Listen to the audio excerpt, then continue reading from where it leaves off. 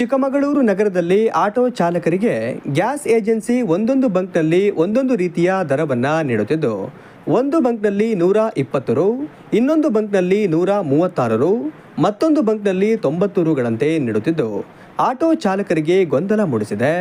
ಗ್ಯಾಸನ್ನು ಸರಿಯಾದ ರೀತಿಯಲ್ಲಿ ನೀಡದೆ ಬ್ಲಾಕ್ನಲ್ಲಿ ಅವರವರ ದರ ನಿಗದಿಪಡಿಸಿ ಆಟೋ ಚಾಲಕರಿಗೆ ಮತ್ತು ಮಾಲೀಕರಿಗೆ ತೊಂದರೆ ಉಂಟಾಗುತ್ತಿದ್ದು ಆಟೋದವರಿಗೆ ಜೀವನ ನಡೆಸಲು ತೊಂದರೆಯಾಗುತ್ತಿದೆ. ಆದ್ದರಿಂದ ಜಿಲ್ಲಾಡಳಿತ, ಆರೋಗ್ಯ ಇಲಾಖೆ ಸ್ಥಳ ಪರಿಶೀಲನೆ ಮಾಡಿ ಸರಿಯಾದ ರೀತಿಯಲ್ಲಿ ಒಂದೇ ದರದಲ್ಲಿ LPG ಗ್ಯಾಸನ್ನು ವಿತರಿಸಬೇಕು ಎಂದು ಒತ್ತಾಯಿಸಿ ಕನ್ನಡ ಸೇನೆ ನಗರ ಆಟೋ ಚಾಲಕರು ಮತ್ತು ಮಾಲೀಕರ ಸಂಘದ ವತಿಯಿಂದ ಅಪರ ಜಿಲ್ಲಾಧಿಕಾರಿಗಳಿಗೆ ಮನವಿ ಸಲ್ಲಿಸಿದರು. ಬಾರಿ ಬ್ಲಾಕ್ ಅಲ್ಲಿ ದಂಧೆ ನಡೀತಾ ಇದೆ. ನೋಡಕ್ ಹೋದ್ರೆ ಇಲ್ಲಿಂದ ಕ್ಲೀನ್ ಬರ್ತಾ ಇದೆ ಅಂತ ಮಾಹಿತಿ ಕೊಟ್ಟು ಕಮರ್ಷಿಯಲ್ ಗ್ಯಾಸ್ಗಳು ತುಂಬಾ ಬ್ಲಾಕ್ ಅಲ್ಲಿ ಒಳ್ಳೆ ದುಡ್ಡು ಮಾಡ್ತಾ ಇದ್ದಾರೆ ಅಂತ ಮಾಹಿತಿ ಇದೆ.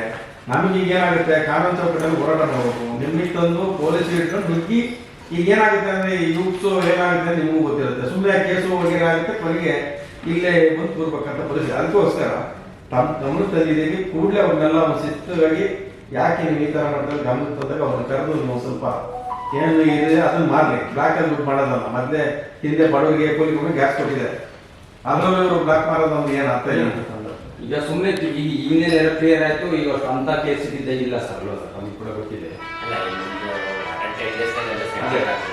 ಅದನ್ನ ಏನಪ್ಪಾ ಅಂದ್ರೆ ಏಜೆನ್ಸಿಯವರು ದುರುಪಯೋಗ ಮಾಡ್ತಾರೆ.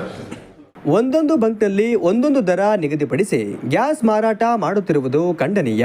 ಇದರಿಂದ ಆಟೋ ಚಾಲಕರಿಗೆ ಆಟೋ ಓಡಿಸುವುದಕ್ಕೆ ತುಂಬಾ ತೊಂದರೆಯಾಗಿದೆ, ಜೀವನ ನಡೆಸಲು ಕಷ್ಟವಾಗಿದೆ.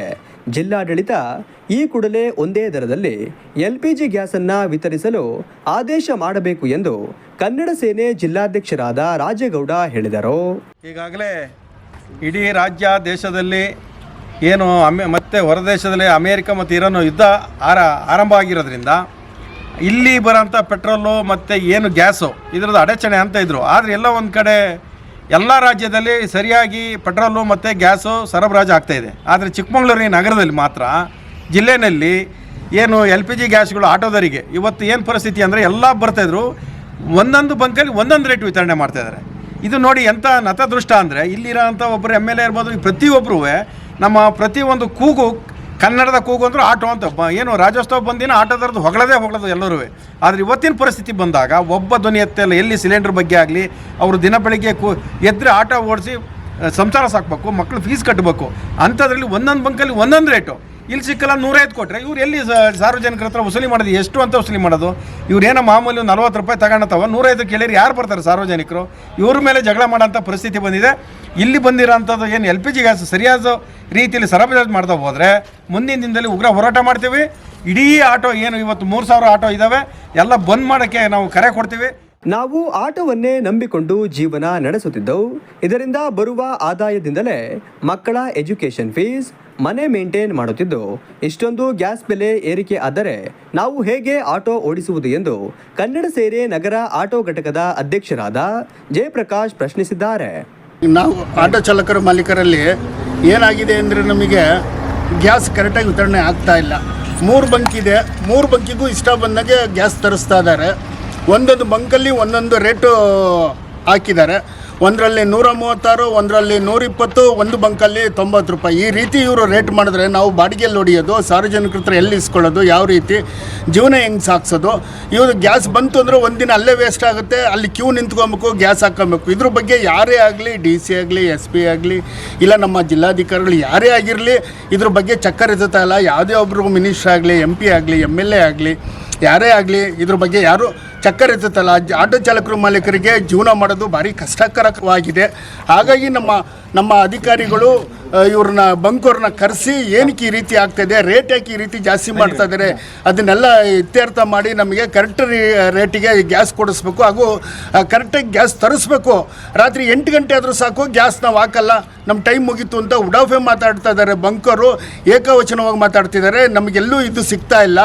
ಏನಪ್ಪ ಅಂದರೆ ಆಟೋ ಚಾಲಕರು ಮಾಲೀಕರು ಜೀವನದಲ್ಲಿ ಭಾರಿ ಕಷ್ಟ ಆಗ್ತಾ ಇದೆ. ಇಲ್ಲ ಅಂದರೆ ಸರ್ಕಾರದವರು ತಿಂಗಳಿಗೆ ನಮ್ಮ ಆಟೋ ಡ್ರೈವರ್ಗೆ 15,000 ರೂಪಾಯಿ ದುಡ್ಡು ಗೌರವಧನ ಕೊಡಬೇಕಾಗುತ್ತೆ.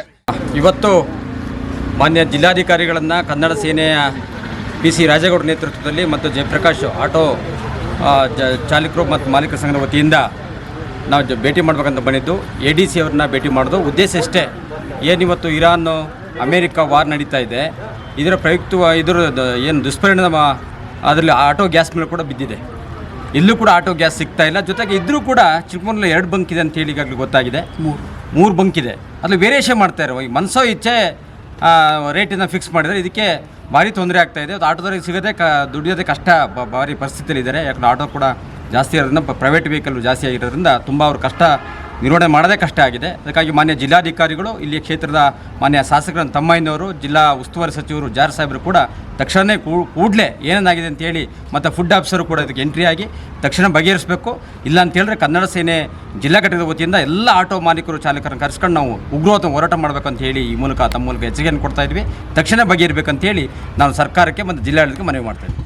ಮನವಿ ಸಲ್ಲಿಸುವ ಸಂದರ್ಭದಲ್ಲಿ ವಕ್ತಾರರಾದ ಹುಣಸೆಮಕ್ಕಿ ಲಕ್ಷ್ಮಣ್, ಶಕೀಬ್, ಮುರುಗೇಶ್, ವಿಶ್ವ, ಪಾಲಾಕ್ಷ, ನವೀನ್, ಶಂಕರೇಗೌಡ ಉಪಸ್ಥಿತರಿದ್ದರು.